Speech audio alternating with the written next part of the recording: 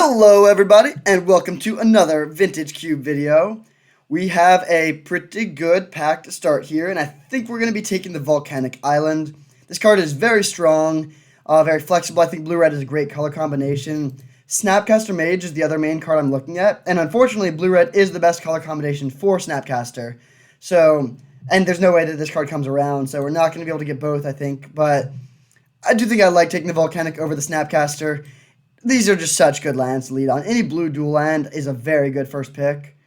And if this was like a counterspell, I might take the counterspell, but yeah, let's take the Volk.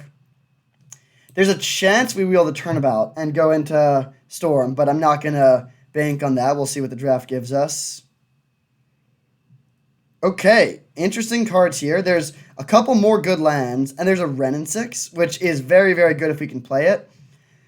I generally prefer Grixis to Temur because I think green doesn't really add, like, black adds a certain type of removal and hand disruption that you really want in an interactive blue-red deck, whereas, like, green adds, like, I guess some value creatures and a little bit of mana, but in general, you want to be, like, heavier green if you're leaning in that direction. But given the Wrenn 6, we could try and wheel this. How likely is this card to come around? Someone will take Sulfuric Vortex and Animate Dead and Underground Sea. Honestly, this pack is pretty weak. I don't think Wrenn 6 is likely to come around. So given that, I think I'm just going to take the Underground Sea. Yeah, let's do that. I think Grixis is very strong. Wow, now there's a Tundra. We could just continue the land plan, but I think Mana Leak is good enough that we should take that here. This card is very, very strong, and we already have... I mean, we don't need to play necessarily black or red or white, but I think we got to take the Mana Leak here. This card is just too good. If this was like a Muldrifter or like a sort of decent but a little bit less essential blue card, I would take the Tundra, but here we'll take this. Now we have Stomping Ground, which would have been good if we had taken the Breeding Pool. There's a lot of green cards in this pack. There's also Azorius Signet, but I think we just take the Incinerate here. It's not a sexy pick. I guess we could take Faithless Looting. But I think I'd rather have the interaction. We have good card draw in blue, or, I mean, not yet, but we're hoping to get good card draw in blue. Yeah, let's take Incinerate. Nice. Now we get an Ashiok. That is perfect. I wouldn't mind a Memory Deluge either, but I think Ashiok is going to be better. Yeah, we'll do that and just try and do some Grixis stuff. And then we immediately get past a bunch of good white control cards and Gilded Goose, but I still think we just take the Young Pyromancer here. Yeah, let's take this. Pyromancer is good with a lot of the cards that we expect to be playing, like cheap, like Mana Leak and Incinerate, Serum Visions, Thoughtseize. Now we can take a Blackleaf Cliffs. Seems pretty good. There's a Brain Freeze, but I don't think we're going that direction right now. So, red looks like it's pretty open. Blue is not that open, but we can sort of fight for some blue cards. And then it's a little bit unclear on black. But we do have a very good start. I like that we have 3 dual lands. It's also sort of nice that they're all, like, we have a black-red, a blue-red, and a blue-black. So we just sort of have a nice balanced mana base at the moment. And some cheap spells, some interaction, and a cheap Planeswalker that can win the game on its own. Definitely a winning recipe. We get one more fresh pack out of this, and I think the best thing to see would be like an Inquisition of Kozilek. Or like a Cantrip, Ponder, or something along those lines. This could be a really good Kroxa deck. Kroxa is very good with Mana Leak and Incinerate, and you want to be playing a lot of cheap cantrips and interaction along young... Like, cheap cantrips and interaction are good always, but they're especially good alongside Ashiok and Young Pyromancer and Kroxa. So that would be a fairly high priority. Also, some fetch lands would be great. Ugin is the best card here, but I think we're going to be a little bit lower to the ground, so I think we just want to take the Board Sweeper. Lingering Souls is also interesting if we take in the Tundra, but let's just go with the Sweeper here.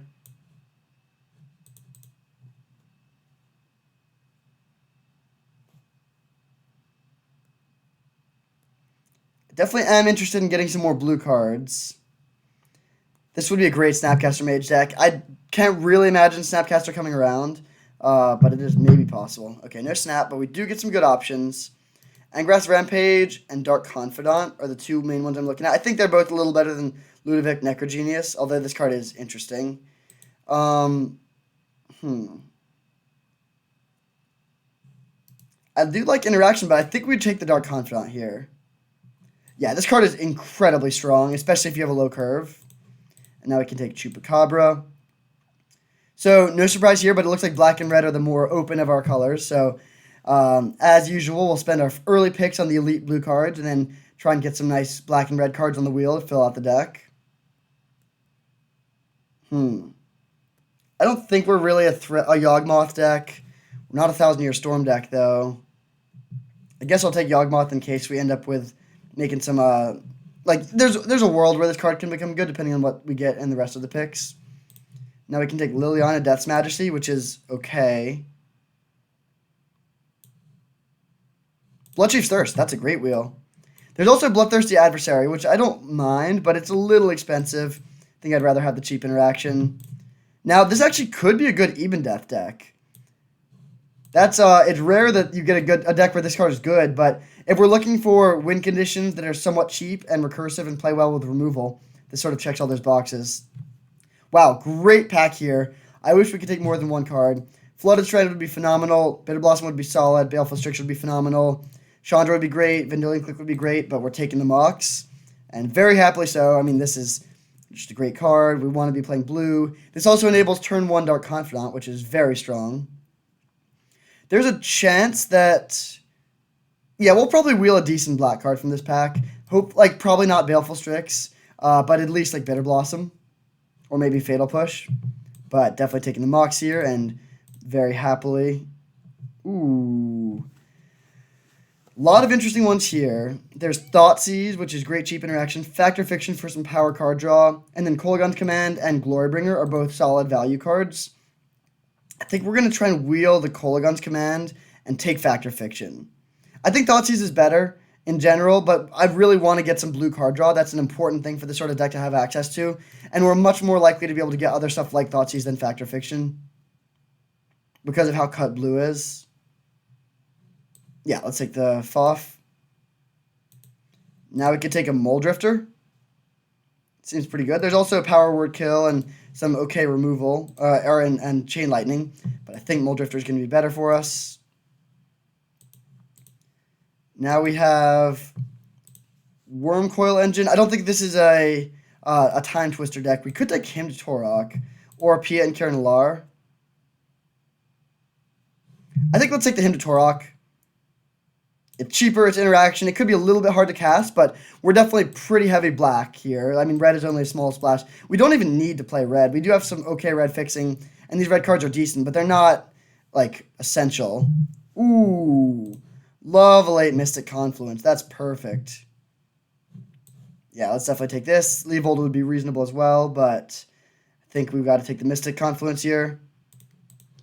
Now we can take Haunted Ridge. There's also Hero's Downfall and Suspicious Stowaway, but I think it's worth it to take this. I mean, I guess right now we don't even need to play red, but it means that if we get any, Expressive Iteration or Dak Fade-In or Duretti or the Kolaghan's Command Wheels, yeah, I think we want to go with this.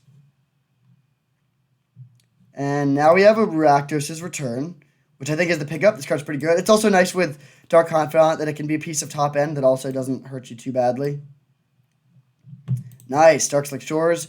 I wouldn't mind a Grave Titan either, but I think we've got to go with the fixing here. Black is looking very open. Ooh, Chandra Wield. That's excellent. We could take the Fatal Push, but I think I'd rather just take the Chandra. And at this point, we have some fairly intense colored mana requirements. We have double black, we have double red, and double blue. This pack had the Kolaghan's Command, which didn't come around. That's a bit of a bummer. But Glorybringer is also a phenomenal pickup. And now we can take a Chain Lightning or Power Word Kill. We actually don't have that many removal spells. Although, that's close. Chain Lightning is cheaper, which is really good. But I do like having a lot of black cards to make him to Torok more consistent. I think I'm going to err on the side of the cheaper card here. Now I can take P and Kieran Lar, solid pickup. I guess we'll take this. We can't overload it, and it's not amazing, but it could be good in some matchups if we just need to have as much spot removal as possible. So, I think this deck is looking pretty sweet. It's a little bit heavy on 4 and 5 drops, so certainly looking for some more 1s and 2s. Given the way that this deck has gone, I wish we had taken Thoughtseize over the Fact or Fiction.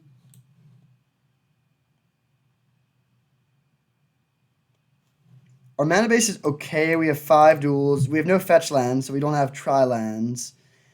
But I still think this seems reasonable. I guess we can cut Liliana Death's Majesty, probably. And maybe this could go to the board, depending on how much other removal we get. Okay, easy miscalculation here. This is a great pickup. Firebolt is the second card I would take from this pack, but miscalculation is significantly stronger. Urza Saga could be interesting, although I guess it can get mocked, but that's not great. Yeah, let's take the miscalc here. And now we could take, there's 2 uncolor signets. There's also a nice cantrip and a control magic. Signets are looking decent in our deck with a lot of 4s, but I still think I want to take the Portend here. Yeah, let's do that. This card will really help with the consistency. Ooh, a couple great lands for us here. We already have a blue-black and a blue-red land, so these are both, like, we have both of these. I think I'm leaning towards the Watery Grave because we have a little bit more double black, although we have a lot of double red too, but I still think I like the Watery Grave. Yeah, let's go with this. Grist would be good if we could cast it, but I don't think we can cast it. There's Brainstorm versus Abrade. Imperial Recruiter is okay, but I think it's a bit worse. We don't have fetch lands to really turn on this Brainstorm. In fact, we actually have basically no combos with it at all. So let's take the Abrade then. We also don't have good ways to deal with artifacts and enchantments. We didn't get the Kolagun's command on the wheel. Okay, I love Direfleet Daredevil and the Scarab God, and Probe is also solid, but I think we just got to take the fetch lands here, or the mana fixing here. Yeah, let's do that. And now our mana base is starting to look pretty good. We have 7 non-basics. It's still not great because of how heavy our mana requirements are, but I think it's reasonable. So I think right now we could cut this since we do have a lot of cheap spot removal. But all the rest of these cards I would like to play. Ooh, Inquisition, that's a great pickup. Infernal Grasp is fine, but Inquisition is very good.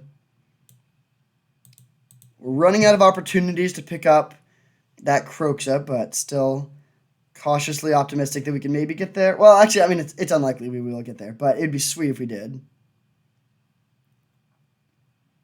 Wandering Fumarole, also Bolt, but for the same reason, we're just going to continue prioritizing the fixing here.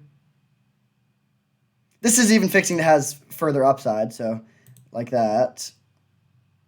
Goldspan Dragon is okay. Alternatively, we could take Pyroclasm for the board. I think that's a little bit better. Yeah, this would be the best card in our deck in some matchups. And I believe that was the last fresh pack, so no Croxa, but that's okay. We can take...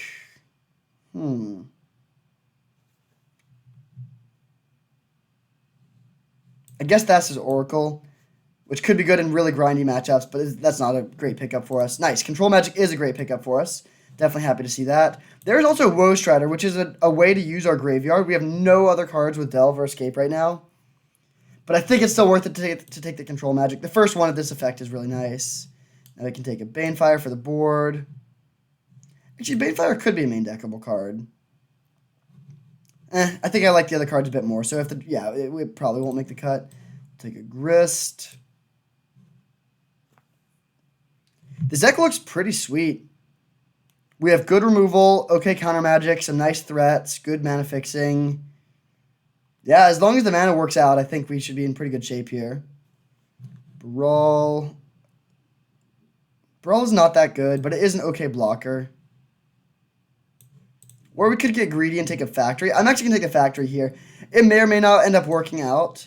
I need to see how the colored mana looks, but if our fixing is good enough, that could be an option. All right, so let's sort by color.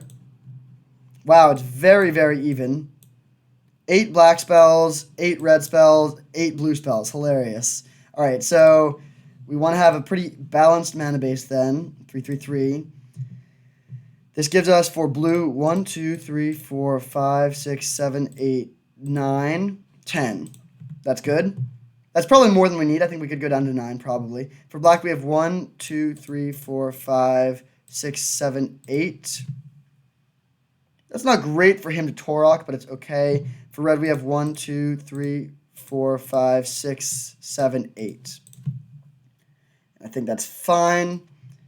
I'm going to get a little greedy and play the factory here.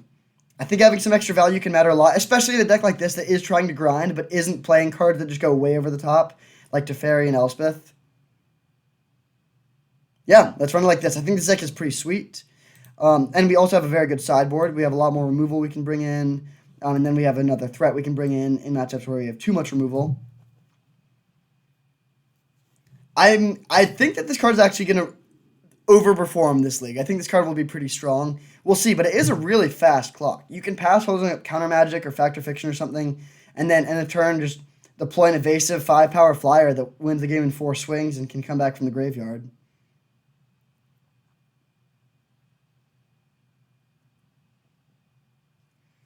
It is a real bummer we don't have the Kolaghan's Command. That would be great, but I still think our deck is pretty sweet. We'll probably be best suited to deal with creature decks. I can imagine Storm being a little bit of a tough matchup because we have a somewhat slow clock and not great interaction for them. And I could also imagine, like I said, there's really hardcore control decks being tough. Like Fractured Identity on our Glorybringer is just devastating. But this is definitely a deck that could trophy.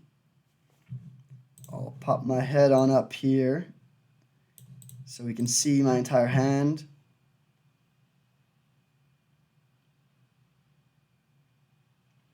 In another life, we were playing Jund here, playing this Grist, playing the Renin 6, but the Jund dream will not be lived in this league.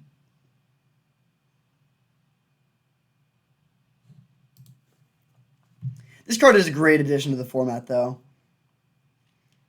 I think over time, the Vintage Cube does get better and better as they just take out bad cards and put in sweet ones, but in particular, I think they've done a great job with the gold cards. The gold cards are all really sweet and just getting better and better over time.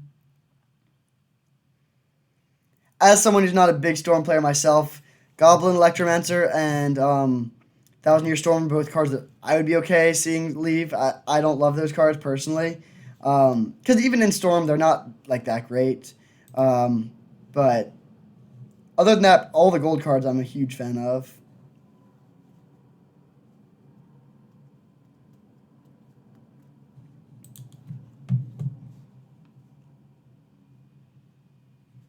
All right, here we are for round 1. We won the die roll against Sekesta. That's pretty sweet. And this hand is great. Definitely keeping it.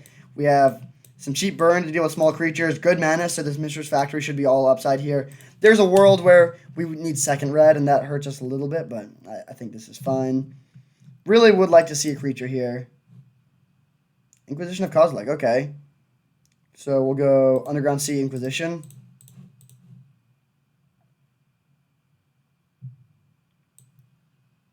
Okay, both of these creatures are a little bit annoying against us.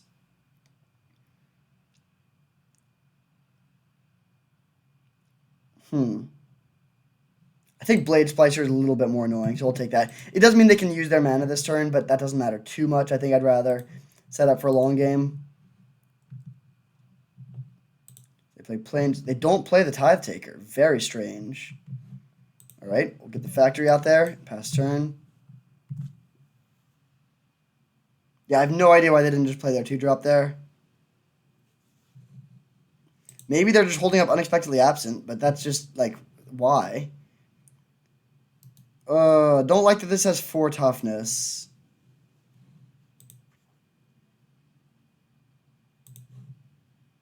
Chandra. Oh, we immediately got punished for the lack of double red. That sucks. All right, well, we'll pass turn. If we had a red source, that would be amazing here. So maybe this factory should just be a mountain.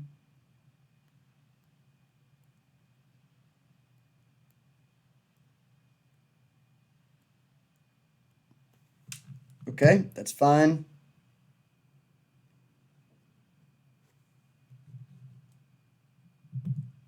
So we're just going to block the 1/1 and take 3. Keep in mind the Tide Taker taxes everything, including the Mishra's Factory activation. I would have loved to have been able to block this and bolt it, but we cannot do that.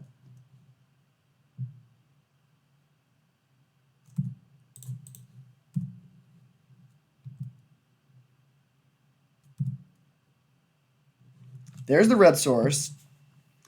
So we could play Chandra and plus for mana, but I guess that doesn't do much. We could just play Chandra and minus on this and then have it die to the Tithe Taker, which I don't love, but that honestly, I think that is the move. Yeah, let's just do that.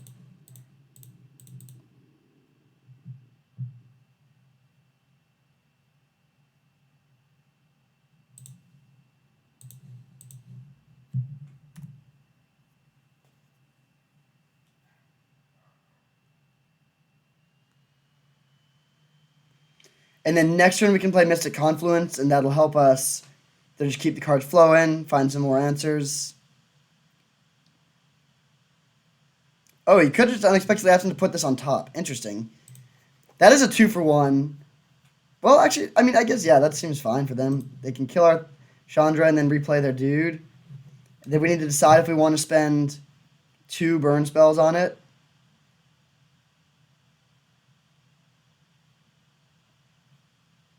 I kind of like just bouncing it and drawing 2. Yeah, let's do that. And then I'm going to also play land so we can potentially Chain Lightning the Tithe Taker if we want to.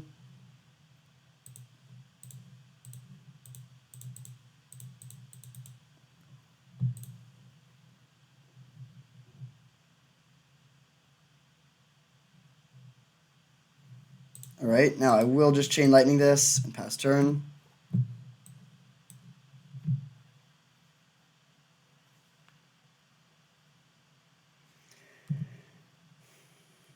So they play another land and then probably just jam their dude again. Our life total is still pretty high, which is good.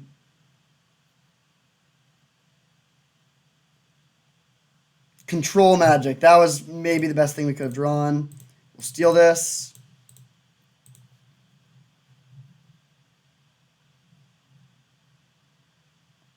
And then we could either hold up Incinerate or animate the factory and attack for 2. And honestly, I think I like just attacking for 2 here. Actually, no. The 2 damage doesn't really matter. We're trying to set up for a long game where we're just completely overwhelming them, and I don't think having them at 18 instead of 20 matters. They even have Faith's Fetters for life gain in their hand.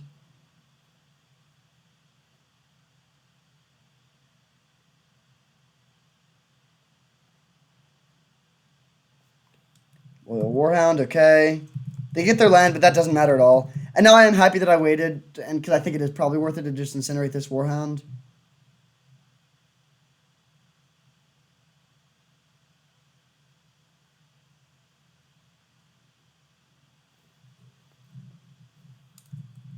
We'll go to 15. I don't think we have any life gain in our deck, so we do want to be somewhat cautious of our life total.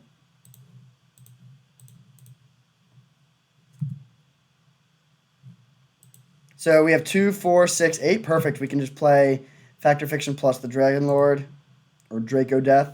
Actually, I think we just want to play this now to get in for 1 extra point of damage. There's not really any value in waiting. I guess the only value is that they can Faith's Fetters the Dragon Lich if we want to, or if they want to, but I don't think that matters much.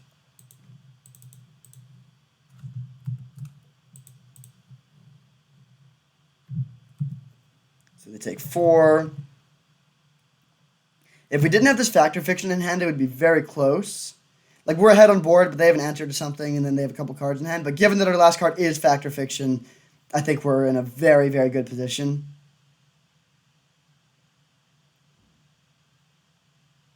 Solitude, okay. That's actually really good. Solitude exiling this, so we can't get it back from the graveyard.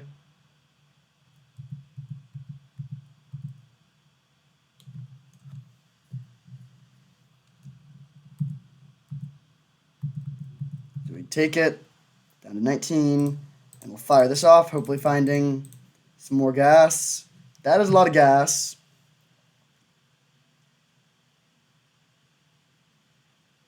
Chupacabra and Pia and Kiernalar are both amazing. I think either one of those, I guess I would. Would I rather? They're definitely going to separate these. So there's two questions. First of all, which one of these do we like better? And second of all, would we rather have two lands or an Abrade? Probably an Abrade is better than two lands. And probably Pia and Kiernalar is better than Chupacabra. Okay, so given all the things I just said, great split from the opponent. I think I'm still taking the Pia and Kiernalar pile. Yeah, let's take this. I don't think that'll be good, but we can cycle it. So we'll play the P and Kira. Make some dudes. Play land. Sack one of the dudes to kill this.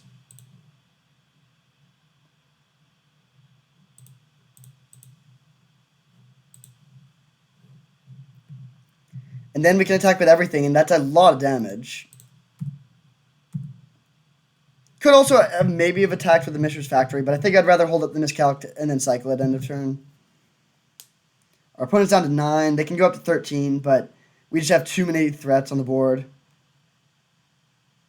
And even if they randomly were playing a board sweeper, which would be bizarre for a deck like theirs, we get to cycle the Miscalc and then start beating down with the Wandering Fumarole and the Mishra's Factory.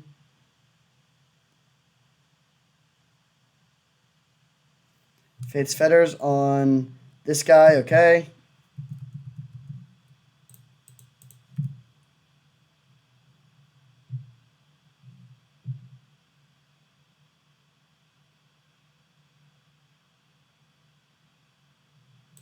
Alright, we will cycle, see what we draw. Well, destroying a bunch of mana sources there wasn't exactly what we wanted. I think we're just going to play this Mox and then sacrifice it to kill the Spirit.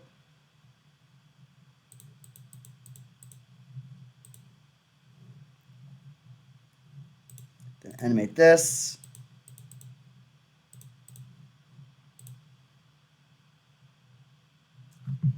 So we animate the Fumarole, animate the Factory, hit for 6, 7, 8, 9, 10, 11. They go to 2, and then they're dead to the P and Kiernalar ability.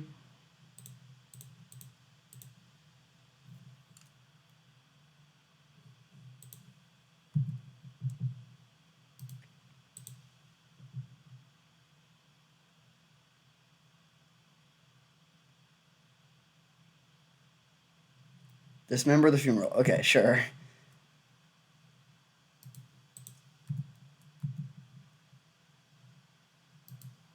Oh, I forgot. This card doesn't even need to attack. That's pretty sweet. So we just get an extra 1/1 for free. They're at 3. Alright, sweet. So playing against mono white. Unclear if they're playing actual black spells or just splashing like this Dismember. But should be a really good matchup. I think creature decks are what we want to be playing against for sure. We can bring in even more removal. This is a maybe. Actually, this is a probably. What do we not want? I think Rakdos's return on the draw is a little slow. Even Death is a little awkward because a lot of their removal exiles, and it's not a good blocker. Dark Confidant will hurt us a lot, but it might still be worth it. I still need a little bit of card draw. Okay, on the draw, I think we can cut the bob, and then on the play, we could bring it back in. Do we want to change our mana base at all? We brought in a couple black cards, but also cut a couple black cards. Yeah, I think I'll just run it like this.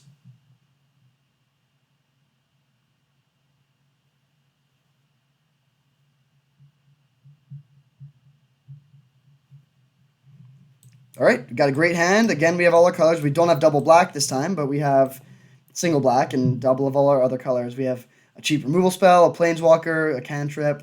So can't really ask for much better than this. Also a painless mana base. The fact that we don't have to lose any life is... I mean, I'm not going to mulligan a hand because it has only shock lands, but that's still good. Ooh, really, really clutch that we have an answer to this. That was a good draw, but still going to just kill this immediately. This card is really, really hard for Grixis decks to deal with in general. Or like any deck that's relying on spot removal. Okay, let's Portend, looking for double black. And for 3 mana play.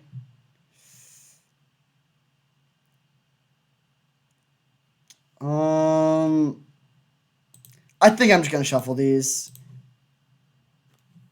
And we'll play land and pass.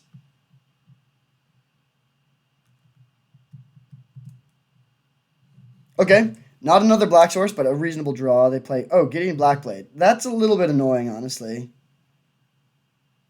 Really, really happy we didn't keep the Pyroclasm, though.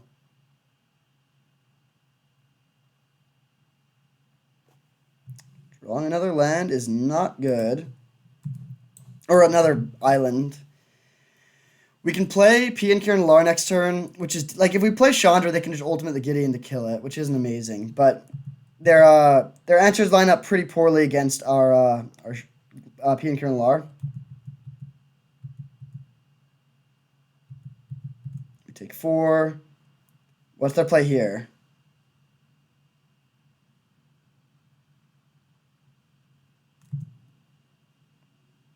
Just passing. Wow. Well, let's jam our Pia. They could have Mana Tithe, which would be a little unfortunate, but not the end of the world. And now hopefully they just have Restoration Angel, because Restoration Angel matches up very poorly against Glorybringer. Oh, Dismember the Pia, sure. Well, actually, Dismember matches up very well against Glorybringer, so I'm happy that that's out of their hands now.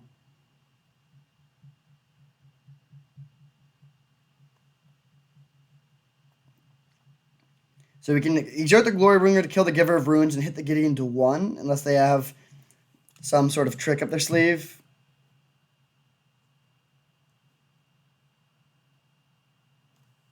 Chain Lightning, solid draw. Still going with the Glorybringer, though.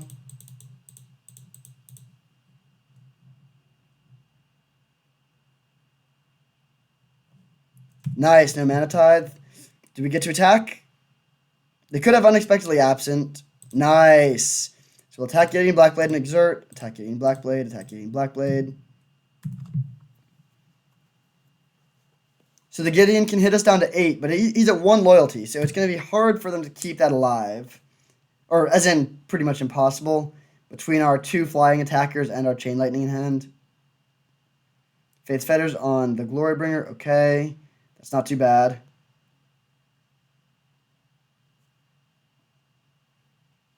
They only have 1 card in hand, too.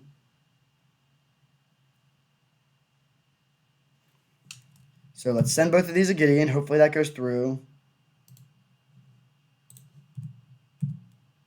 Nice. Now we can play Chandra.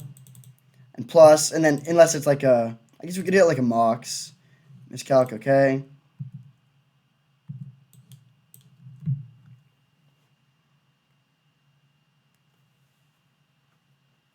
Opponent's flooding a bit over there, although we've drawn the same number of lands.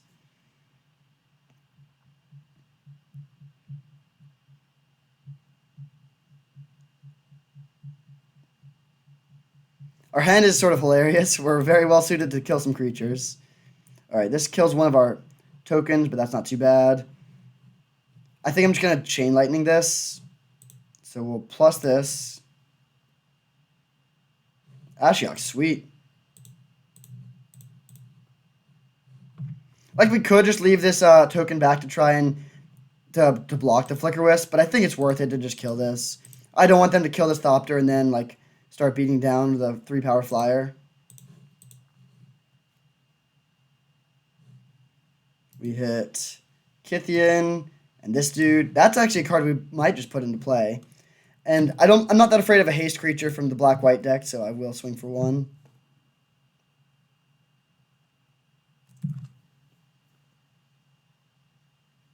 Okay, Blade Splicer, that's fine. I'll play the Swamp so we could play like a double black card if we hit one here. Just another Swamp, okay. Let's kill this and put the 3-drop into play.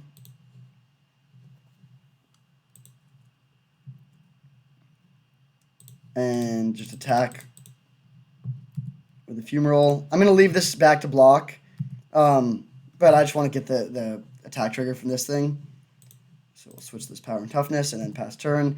And now Chandra Ultimate will win the game. I can't really see the way they get out of this. All right, sweet. Smooth sailing so far. We predicted that we would beat creature decks, and we played a creature deck and crushed them. That's good. Hopefully we can keep that going. We're a little soft to Planeswalkers. The only card that just straight up answers a Planeswalker in our deck is Bloodchief's Thirst.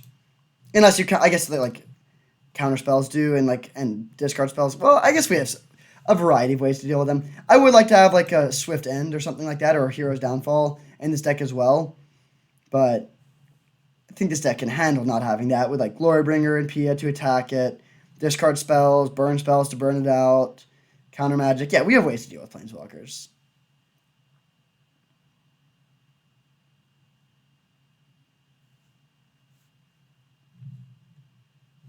Nice. We are on the play against Fear Factory 6264, and our hand is great.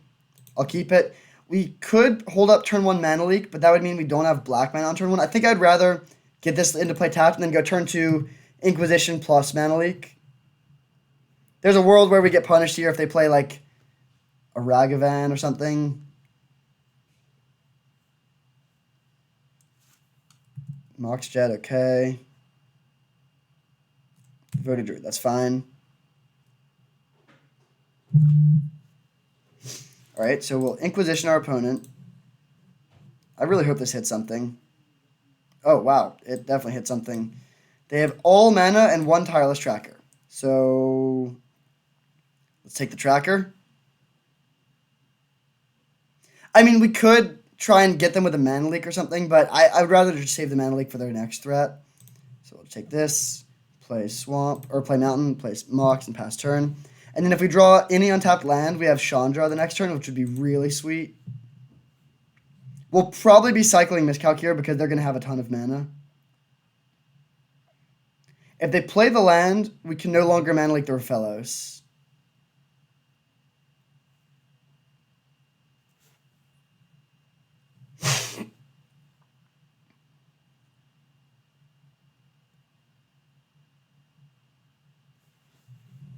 Do play the land. I would love to just see like Avacyn's Pilgrim into Noble Hierarch or into Raphellos. Opponent playing well.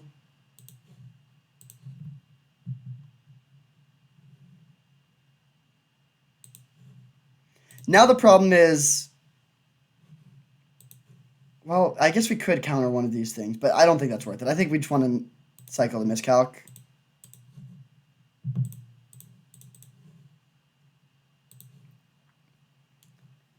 Now we could... Wow, a lot of options here, actually. We could Rakdos's Return, the last card out of their hand. We could play Factor Fiction, or we could play Chandra. I think I like just actually playing Factor... Or holding up Mana Leak and then playing Factor Fiction. They have 1, 2, 3, 4, 5, 6, 7, 8 mana, so we could Mana Leak a 6-drop. If they play like Elder Gargaroth, yeah, we're in bad shape. And it also is a real bummer that we don't have Pyroclasm or a board sweep or any other board sweepers in our deck.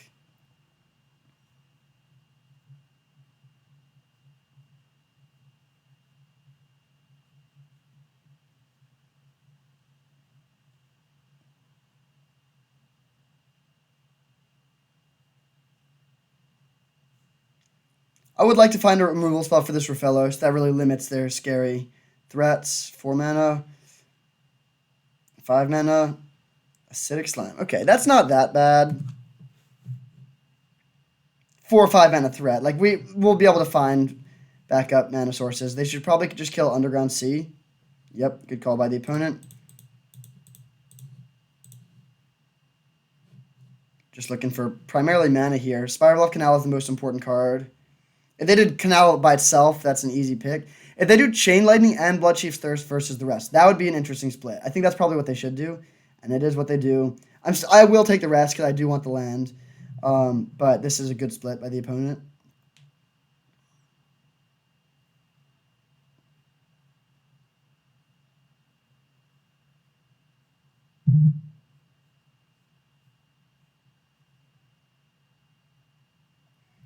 And then we'll have 4 mana on our turn, so we could play Chandra and plus and then play Pyromancer. That's probably what we'll do.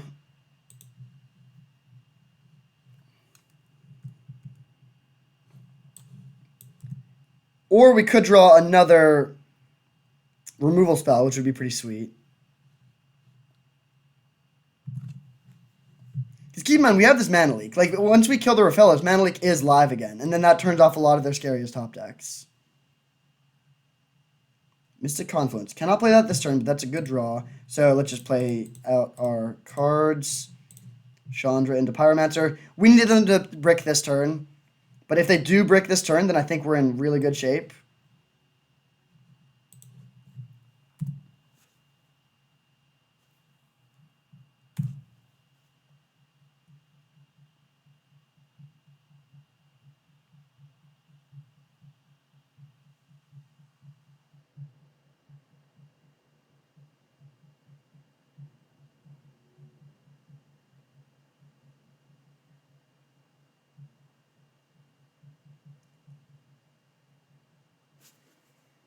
Well, the fact that there's a delay here, I don't think that they just top. Like, if they drew Primeval Titan or something, they would definitely just slam it.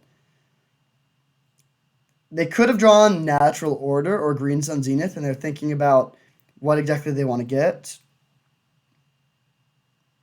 Or I mean, hopefully they just drew land and then they're considering what to attack with.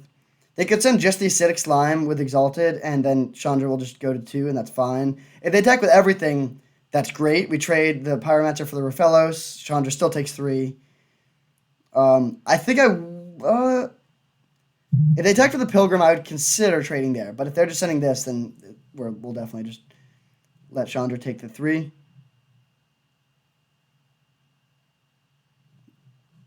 Okay.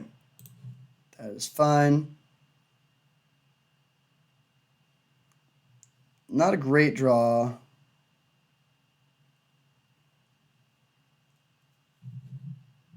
We could just Mystic Confluence to bounce Raphaelos and draw 2. I honestly think that's worth it. I really want to hit more land drops. So we'll make some mana.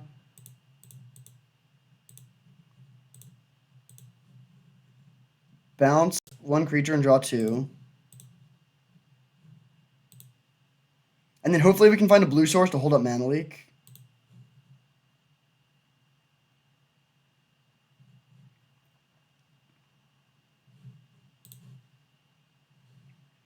No Mana Leak. We also cannot Rakdos return them, so we'll just get the tap land into play and pass turn.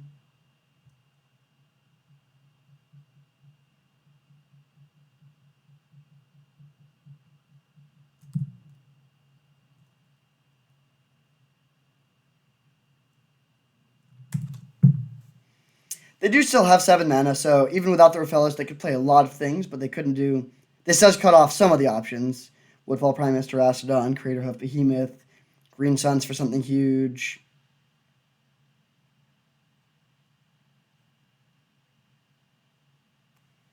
Alright, happily chump blocking this with our Elemental. Chandra has been great. She's already made 4 mana, so she's been essentially 0 mana.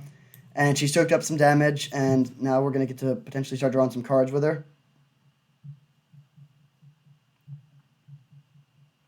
If we were really desperate, we could Chandra minus on the Raphaelos. Oh, okay, well, that changes things. Let's add mana again. Play land. Play Glorybringer, and then hold up Mana Leak.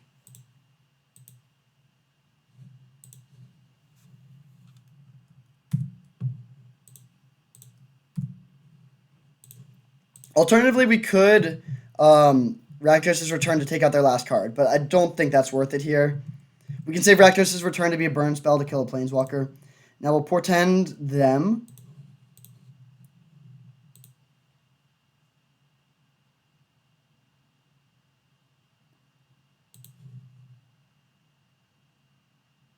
Oof. Those are good. Let's just shuffle. And we'll pass turn. So they have 4, 5, 6, 7, 8 mana. They could have just played Crater Hoof. I mean, we could have gotten a little greedy and just tried to Mana Leak here, but then they're still drawing Nissa soon, which I don't want to deal with. So I think it's better just to do it like this. Now we get to draw our extra card. Incinerate. Good draw.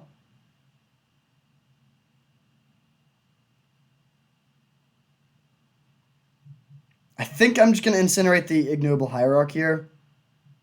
But at the end of turn, we're going to first go through this block.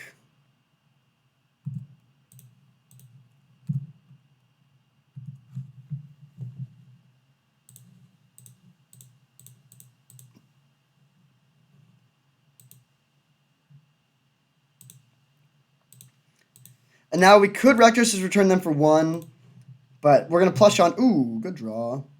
So we have 1, 2, 3, 4, 5, 6 mana. We could play Ashiok and hold up Mana Leak. Or we could Reckless's return for 1 and Ashiok and Mana Leak if we add mana, which I think is worth it. So now Chandra literally just added 2 mana 4 times.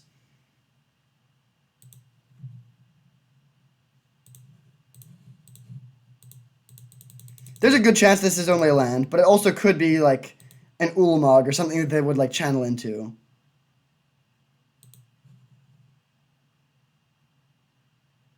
Okay, Guy's Cradle. Actually pretty good to get rid of that one. Now we will Ashiok them.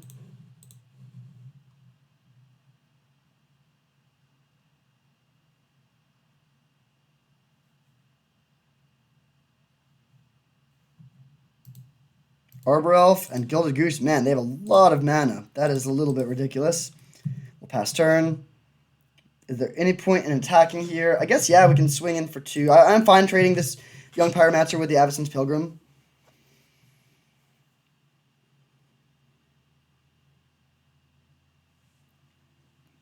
I basically just want to keep my opponent as low on mana as possible, which really just limits the power of their top decks and increases the power of this Mana Leak, which has been in our hands since the opening turn. We could have held this up on turn 1, and here we are, like, much later in the game, still with this card, and having it still have relevant text, even.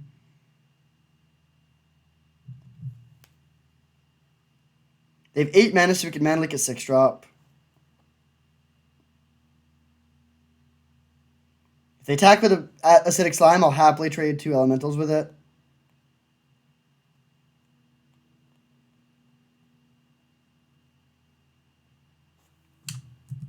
Sure.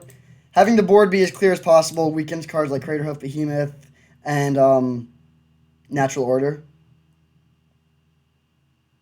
In addition to the Cradle. I mean, Cradle is dead, but they could go like Eternal Witness and bring it back, potentially. Coercive Portal. Okay, we cannot counter that or kill it, but it is slow. Alright, we'll Ashiok them again. Ramanap Excavator and a couple lands. They're playing Strip Mine Ramanap. That's good to know about. Do we want a minus to take out one of their mana dudes? No, I think it's better to just plus. Okay. Then let's just get this Dark Confidant into play and hold up the Dragon Lord or Draco Lich. We'll attack with both. Exert to kill the Pilgrim. They go to 5. And now this dragon is a lethal attacker in the air. We will not be voting for Carnage here.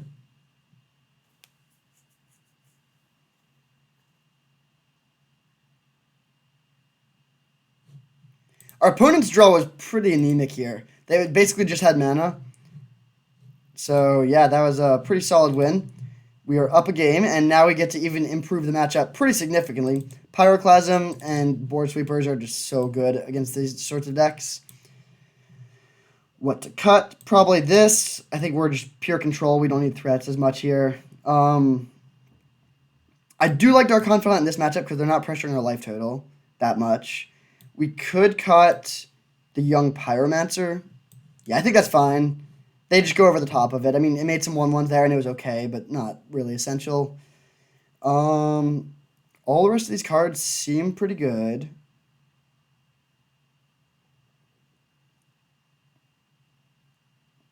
Yeah, I like Reckless's return, because there are games where they just, put a bunch of mana dudes out in play, and then they have 2 cards left, and you can just return them for 4, or for 2. It's possible this is too much removal, but I don't think that's the case. We really want to have a lot of it in this matchup. We could run 41, but I don't love that. I want to maximize my chances of just drawing the mana, fixing and whatnot. Pia and Kieran Lar is like a solid, at least 2-for-1.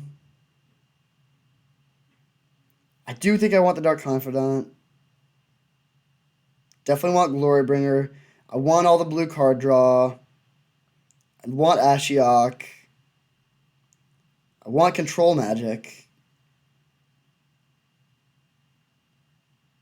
We could cut Inquisition on the draw because, like, they have a lot of expensive cards. Inquisition on a 1-drop isn't that good. Yeah, I actually think I'm going to do this.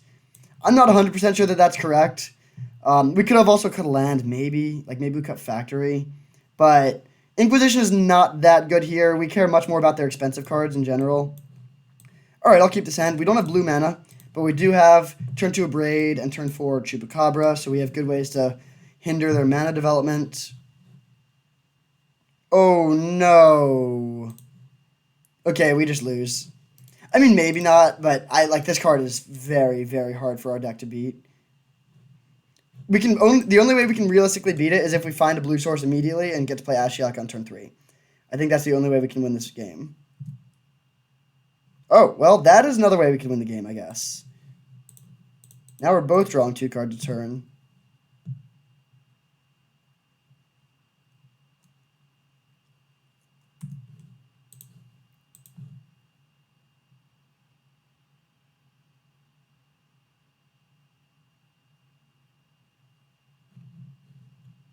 Noble Hierarch, then they can draw another card. We can kill the Hierarch if we don't find a blue source, but if we do find a blue source, I'll still play Ashiok first.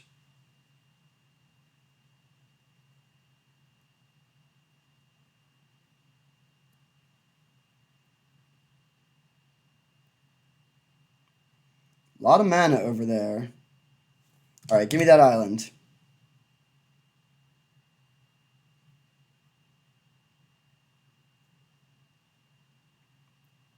Incinerate, okay. I think we just want to incinerate the Noble Hierarch.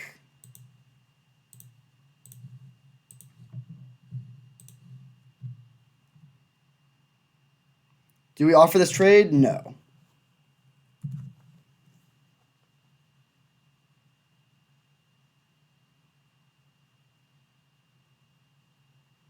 It would have been a somewhat interesting decision between Incinerate or Braid on the Noble Hierarch, but given the information that they knew about the Incinerate, that's a pretty easy tiebreaker.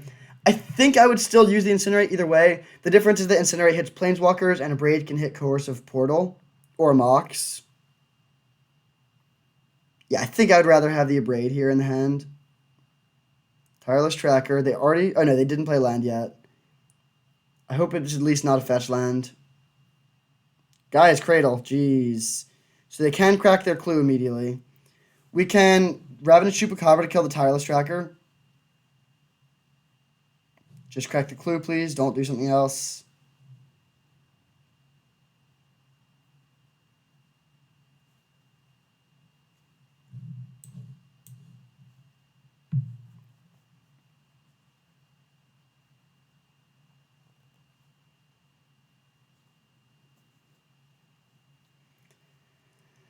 The thing is, so if the opponent plays another mana, dude, they're off of the library plan temporarily, but not really, because they'd go down 5 cards, and then on their draw step, go back up to 6, and then they could crack the clue back up to 7 and continue using library. So they don't need to worry about losing a card from their hand, unless they're worried about us having a discard spell.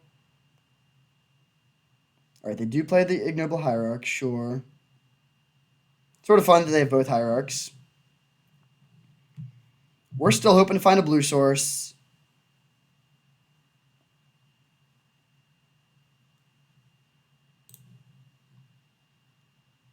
Spiral of Canal. That is a blue source, although if we want to play it... If we want to play the Chupacabra, we can't get the Canal into play. Which makes me actually think I'm just going to go Abrade this and then play the Canal. Yeah, let's do that. So 3 damage here.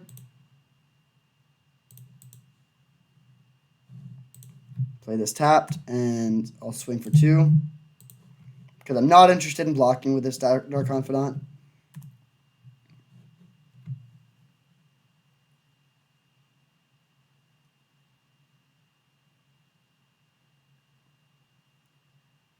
So they're sort of priced into cracking their clue to get back onto the library plan, probably.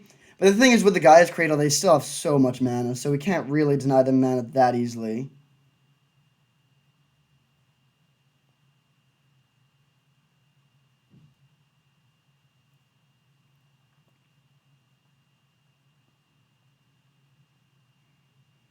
Next turn, it's close. We could play the Chupacabra, which would take them off of 2 mana, one from the Mana Dork itself and one from the Guy's Cradle.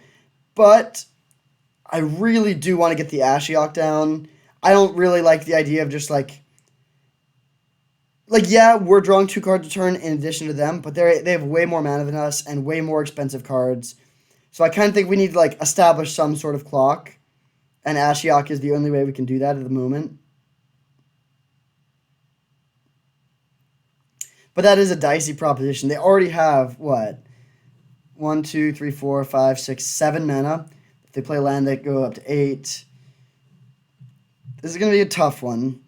Our opponent does actually have a really hard decision right now. They need to decide if they're going to keep on the library plan. They decide to stay on the library plan, which I think is actually good for us here. In general, I think it's good for them to make this move, but given that we have specifically Ashiok, we're trying to run them out of threats. So if they draw a bunch of extra cards and we mill away their deck, that's not terrible for us. Now they can't make that scary of a play this turn, although they do have a Mox. So 5 mana. They also haven't played land yet.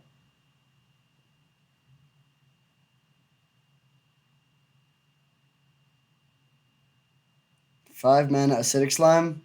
Oh, Deranged Hermit. Okay, that is pretty good.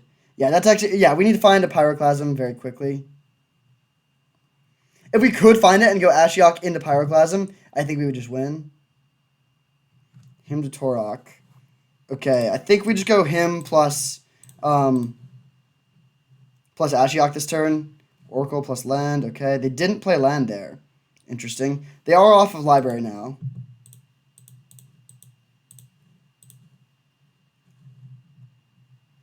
So this Ashiok is just a distraction. It'll eat up some of their Deranged Hermit mana. Oh man, this Cradle is just going to go off though. Yeah, I think we would need to be very, very lucky to win this game. We did take their Crater Hoof. That's good, just to have that out of their deck. They can pay 5 for this very easily. In fact, they can pay 5 for this and still play a 7-drop. An 8-drop even. Jeez. Cradle plus Deranged Hermit is very strong. We have 2 board sweepers in our deck, and we're drawing 2 cards, so we're not particularly likely to get there.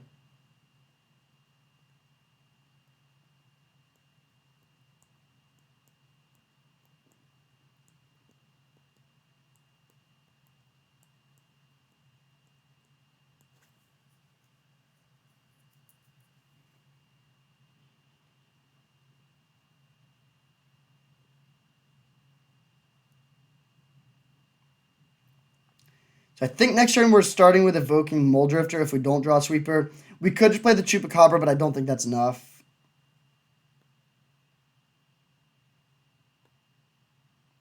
Nissa, alright.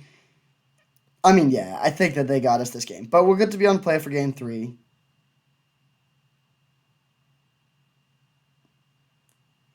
If we just top deck an actual board sweeper, and then can pass with Mana Leak up, we're still not even that good, though, because we don't have a great way to deal with this Nissa.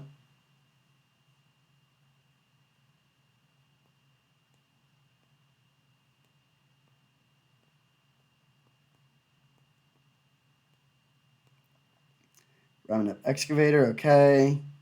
You get to play their Forest from their graveyard.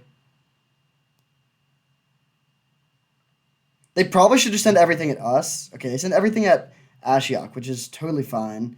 We'll just let the Ashiok die. Okay, this is a much better attack. There's no need. They can send all these at Ashiok and still attack us with other stuff. So if they do this, we'll just let Ashiok die and we'll take 4, and then really hope to flip a board sweeper.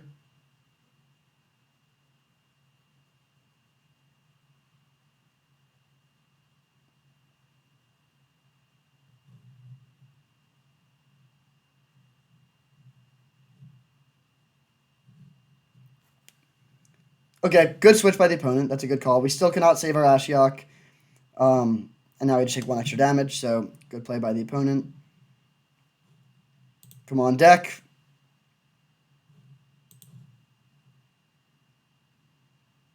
Rats. Well, I think we just die if we evoke a Mole Drifter. We definitely just die if we kill the Hermit, right? I mean, I guess we could kill the Hermit. Maybe we don't die if we do that. Okay, so yeah, I'll just go Island, Ravenous Chupacabra.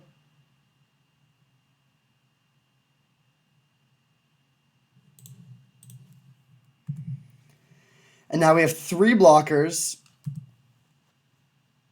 So we're not gonna die, but the problem is we're taking a big hit, and well, first of all, they have infinite mana. So if they have anything else in their hand, we die. Second of all, even if we find our board sweeper, they still have a Nissa, which will be very hard for us to answer. And third of all, we don't even have the board sweeper, so we would need to just top deck that. So a lot would have to go right for us to win this game. It's still conceivable. We also do have control magic, which is pretty good here. Okay, well, if they're just playing Elvish Mystic, that's just fine with me. Untapping their land.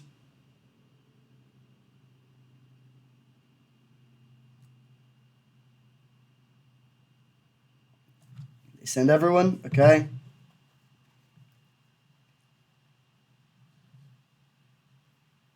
So the Mishra's Factory can block the Ramanab Excavator as a 3/3 and kill it. And then we'll chump block one of the 3/3s with the Ravenous Chupacabra. The question is, do we keep the Dark Confidant around? If we, let's see, so starting with this, these are the easy blocks. So are we okay with taking 7, going to 4, and then having Dark Confidant in play? I don't think so. I think we need to just top deck here. Yeah, let's do it like this. So we take 4, go to 7, pump up our factory.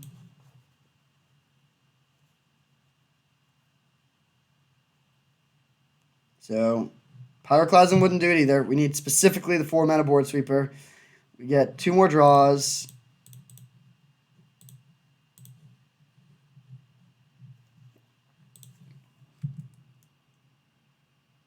All right. GG, opponent. We had a reasonable draw there. I guess they just had a broken draw. I mean, yeah, they had Library on turn 1 and then Gaia's Cradle plus a bunch of accelerants. I think our draw there would beat their normal draws, but they just had like the top 1% draw. Do we try to bring an Inquisition on the play? I do want all the removal spells. I want the card draw. I want the threats. So no, I'm just gonna. Well, all right, yeah, I'm just not gonna play it. It's like it would be good, but all the other cards are just better, I think. Right? Yeah, I don't want to cut a land. All the other cards are just better. This is, or we could maybe I'll cut Pirate. Yeah, we'll do this. We'll see if we draw Inquisition, which one we would prefer. But on the play, this does become better. Getting to take out the Raphaelos is really strong. Getting to just take out, just like poking a hole in their early plan. Green decks can be clunky if you can interact with their mana development. You know, you don't want to just be stuck with a hand with a bunch of like 5 and 8 drops when your opponent is playing like cheap cards and interacting with your board. So, yeah, I think this Inquisition will be good.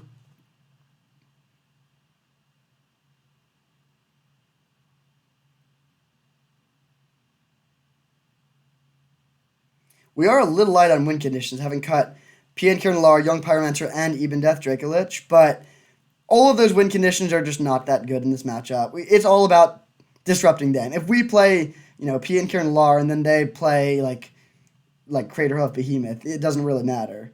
So I'm a lot less interested in threats than I am in efficient interaction, especially interaction that can hit both their mana dorks and their later game plays.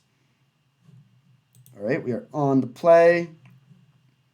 With a keepable hand, it's a little bit heavy on land, but we have all our colors.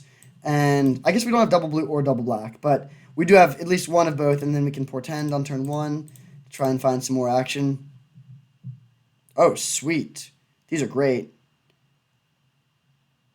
So We want to draw the Dark Confidant, and then it doesn't really matter which one's on top because we're going to draw them. But yeah, so it doesn't really matter. We'll just go... Well, which one do we want them to know about the least? I guess I don't want them to know about the Rakdos's return. Because, like, this is just a removal spell. They know that we have removal spells. So we're going to draw one on their turn, then draw one on our turn, and then reveal the third. So whichever one is on the bottom is the one they're going to see. So we want that to be this.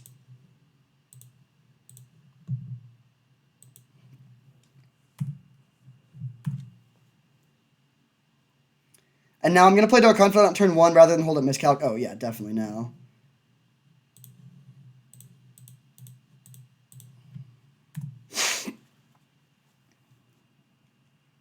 Pretty brutal that they had Library on turn 1 twice in a row. This is not a deck that matches up well against Library. We have a lot of 1-for-1 interaction or removal spells, and then, like, you're trying to pull ahead of stuff like Moldrifter, and they can just go way over the top of that in terms of card advantage.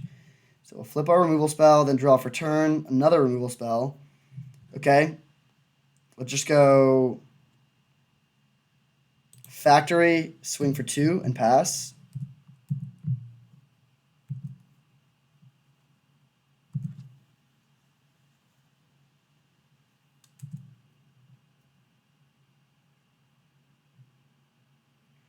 I would love to be able to use this Rakdos's return to take our opponent off of Library. We'll see if that's feasible.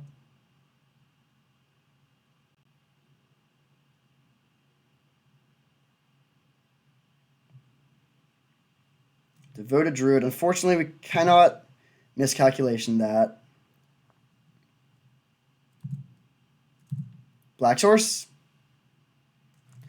Okay, no Black Source, but not bad. We could Rakdos's return them for 3. I think I would still rather wait, though. So let's just go Fumarole, Mox, animate the Factory, and hit for 4.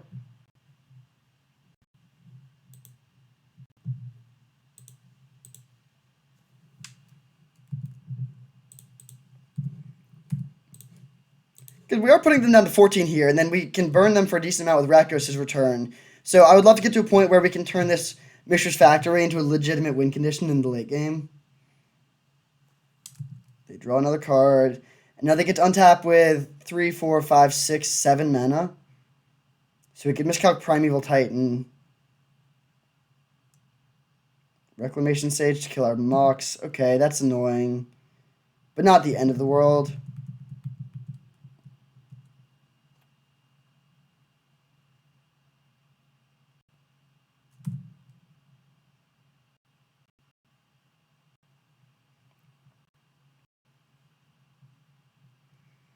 I'm not going to cycle the miscalculation here because it'll become better again once we take out their board.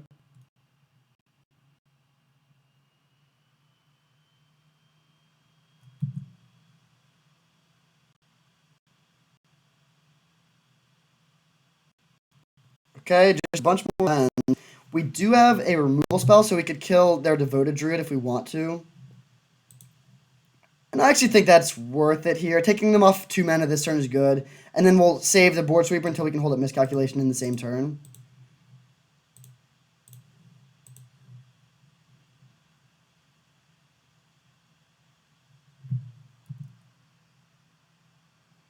Definitely not interested in attacking here.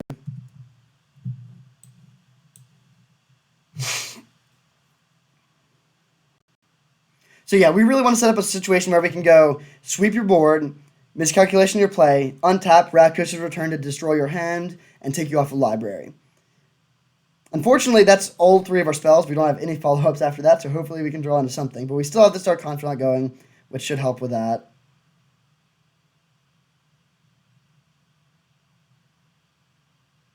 Five mana. Looks like something we're... Oh, yeah. We are going to be miscalculating.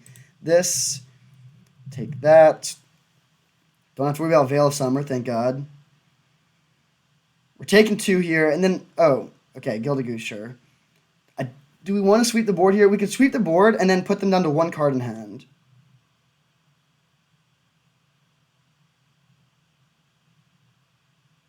Or, sorry, we could put them down to 1 card in hand without sweeping their board. Or we could sweep the board first. I'm not going to block here. We'll see what we draw. Mana leak? Okay. That makes me want to sweep their board. We are losing our own Dark Confidant as well, but I think that's okay. They know about the mana leak, but that's fine. If they play around it, then we can get them with a Rakdos' return.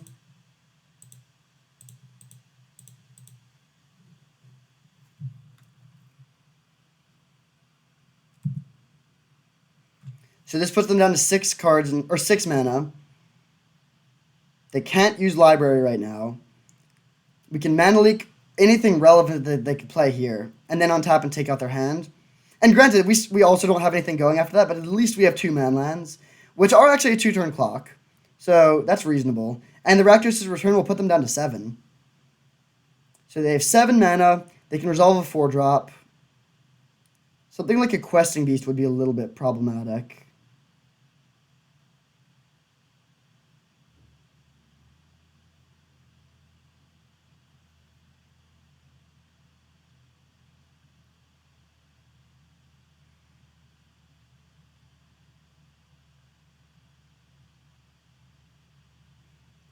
If they have a Planeswalker, that's not a problem at all, because Rakdos' return could just take that out. So something like a Garruk Wildspeaker would be not a problem. I think Questing Beast is probably the worst case scenario here. Hopefully they don't have that. Nice! That's the best case scenario. They just pass, and then we can literally take out all 5 of their cards with this Rakdos' return. And still have Mana Leak left over as to deal with top decks. Rakdos' return is probably the best card in the entire format that we could have in our hand here.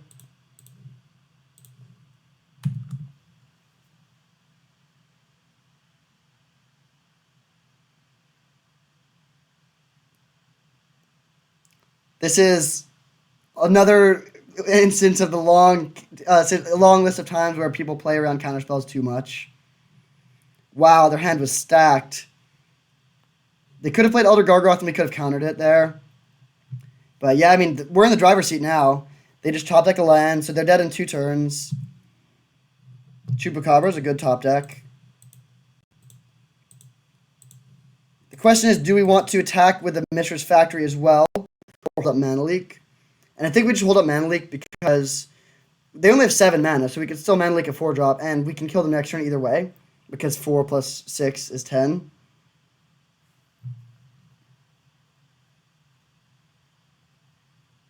Fumarole is ready to go. We'll drop another land into play, switch this Power and Toughness, and then bash for 4.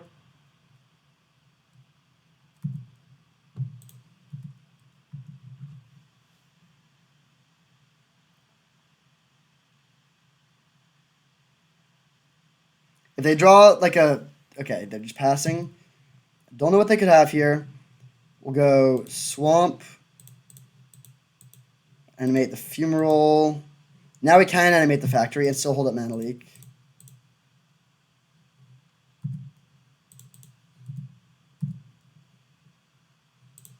Alright. Switch Power and Toughness. Do you have a trick? You do not. Alright, sweet. We managed to take it down against the base green deck. That is nice. We are 2-0 and working on that trophy. Man, Team J-Bro has quite a few trophies. It might be hard to catch him, but we'll at least get number 2.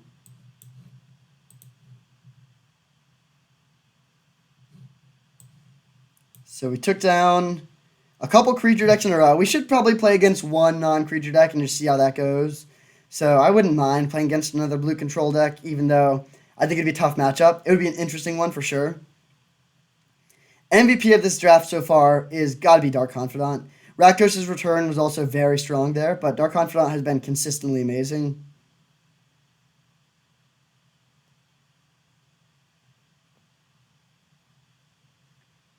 I'd also say Mishra's Factory has been pretty good.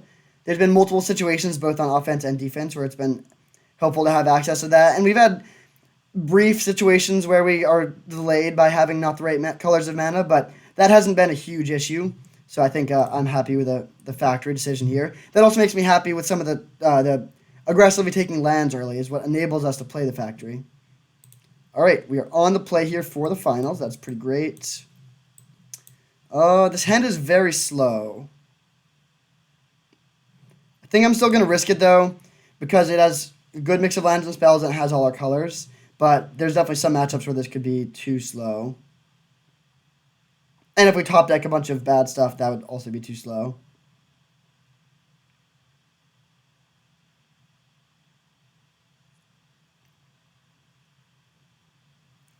If we just draw like land, I might honestly just fire off a Rakdos' Return for 1 on turn 3, as bad as that is, but hopefully we can draw something more impressive.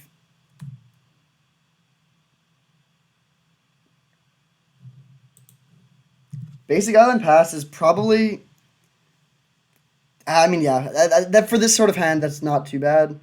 Baleful Strix, okay, don't really care about that. Dark Confidant, a little bit late, but still better than nothing. I mean, that was actually probably one of the better draws in our deck. I cannot complain at all.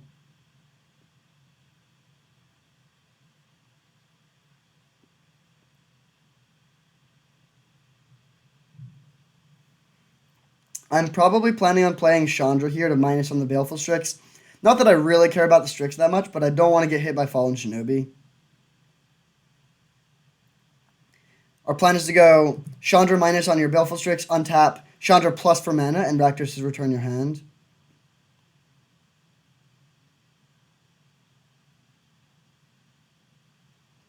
My guess is that they're actually getting Fallen Shinobi here. That seems like it's probably the most likely target. I mean, they might just be getting like Jace the Mind Sculptor or something, but Fallen Shinobi would be a really reasonable card to be going for here in a blue-black deck. And if we kill their Baleful Strix, which we're planning on doing, that would really mess them up. We get destroyed if they have Counterspell into Fallen Shinobi. So, gotta hope they do not have that.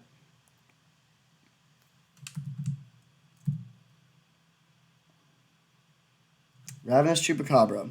We don't have double black, but yeah, I mean, I'll just play the Chandra here. Hopefully they don't have a counter.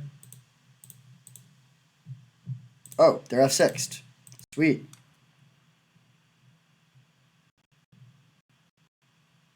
So we kill the guy, hit them for 2. And now that, I mean, they do have whatever card they Imperial Sealed for, so they're going to have a good play next turn, presumably. But we have a really good hand. We can deal with, I mean, we're way ahead on board. And we have threats that are hard for them to deal with. And we have Glorybringer to take out their hand, and then like multiple ways to deal with creatures, and Glorybringer, or yeah, Return to deal with Planeswalkers and their hand. Control Magic and Ravenous Chupacabra to deal with creatures, and Glorybringer to deal with creatures and Planeswalkers. So between these 4, we can really cover pretty much all of our bases.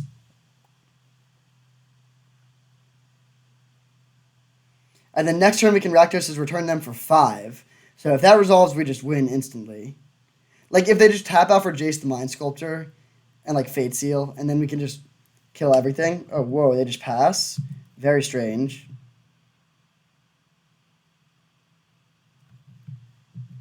I think I'm just going to make them have a counterspell. Or do we... Yeah, I'm going to make them have a counterspell. So we go Swamp, add mana. Because the thing is, we don't have a good amount. Like, next turn we can go double 4-drop. But this turn, I think I'm just going to full-on Rakdos' Return them. They'll counter it, but then they're spending their turn countering our spell and not dealing with our Dark Confidant and Chandra. This also is good against... Oh, what? I have no idea what they possibly Imperial Sealed for. How do you Imperial Seal and then just... I guess it must have been Fallen Shinobi. And they didn't have any other plays. And now it's just 100% over. We get to hit them down to 9. Oh, they're storming. That's great news for us. Storm is just bad. Although this could be a tough matchup. We don't have the best interaction for them. But, yeah, I think this is good. I guess they have a good Storm deck, too, if they're 2-0. And all the cards we see there are pretty strong. So, what changes can we make here? We don't need all of this removal.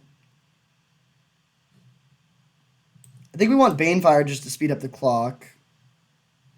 Chupacabra's bad. A Braid can hit artifacts. Chain Lightning can hit the face. I think Bloodchief's Thirst is bad. Definitely don't want more removal spells. I guess we bring in Char. And then we could bring in Goblin Electromancer if we have another card we don't want. Most of these... Oh, Control Magic is bad. Yeah, let's make that exchange then. And we also probably can cut one swamp because we cut a lot of black cards and brought in like a lot of red cards. Yeah, let's do like this. We have a lot of a burn now, so we actually can close out the game relatively quickly. Like if we can just establish an early young Pyromancer or something and then just beat down and burn them out, that seemed like a good plan. All right, great hand. We'll keep it. Turn 2 Dark Confidant is very strong. We're going to wait until we have young Pyromancer into play to fire off these burn spells.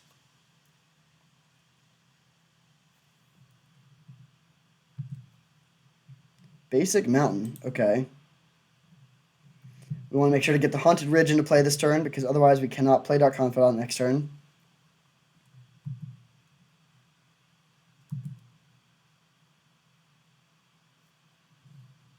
Good draw. We don't have double black yet, but that's still a good draw. I'm just going to jam this. If they have Counterspell, they have Counterspell. They don't. Sweet.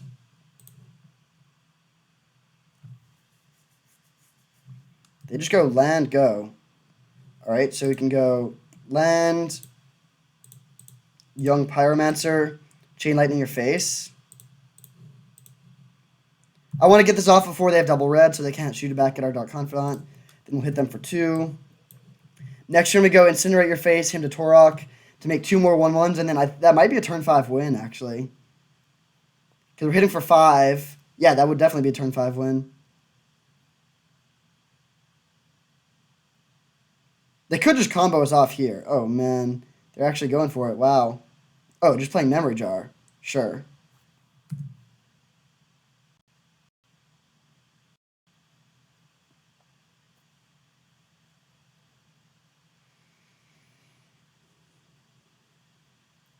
So they need to win this turn. We can hit the Torok to mess up their current hand, so they're just going to be banking on hitting some good stuff off of this Memory Jar.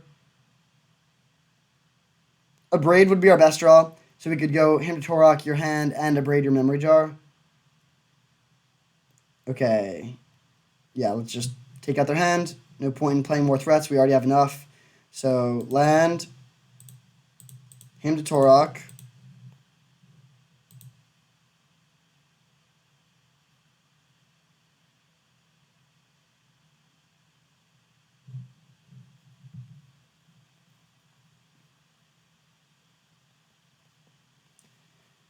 So then we're going to burn them down to 12, attack them for 5 down to 7, and then have exactly 7 damage for next turn, even without the Glorybringer. They discard land, Tinker. Okay. Then we'll Incinerate their face. I guess there's actually no need to Incinerate now. This way, if we top deck a Mana Leak or a Miscalculation off of the Memory Jar crack, we could still play it. Also, this just get... Oh, okay, sweet. So we do draw Mana Leak. Yeah, that works out really well. I can't really... I mean, they have a lot of cards in hand, of course, but it's going to be really hard. They already went through Dark Ritual. I think we're going to be able to just pressure their mana too much. Okay, Baleful Strix. Sure. The card draw doesn't even do anything here.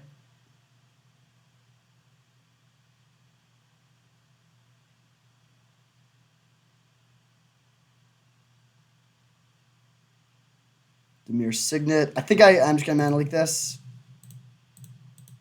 This cuts them off of mana, and it makes a 1/1. So we have 7 points of burn. We actually cannot kill them unless we top deck a removal spell. But they're down to, like, no cards in hand. They didn't even get a draw step that turn. Oh, wait, no, Glorybringer. Yeah, Glorybringer wins. Unless we flip a 16 drop.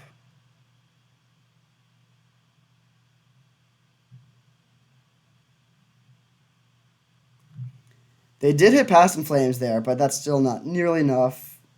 Oh, yeah, their plan was to go Signet into Brawl, but then we shut down the Brawl. All right, there we go. Pretty sweet.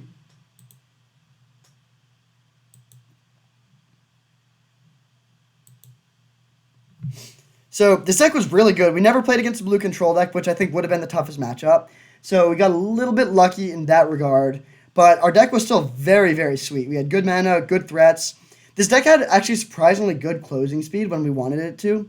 Like, being able to win on turn 5 is nothing to scoff at. I mean, it's not fast, but if you're doing that with, like, while drawing extra cards with Dark Confidant, while interacting with them via him, Torok, and Manalik, and while it was like there's a big difference between winning on turn 4, where you just like shot your shot and like that's it. You just like spend a bunch of burn spells. You used Fire Blast. You have no resources left. And so while a turn 5 win isn't that fast, a turn 5 win in that fashion is still a very strong performance. And it's nice to get trophy number 6. Oof. My computer is absolutely grinding right now, trying to let me pull up my deck list.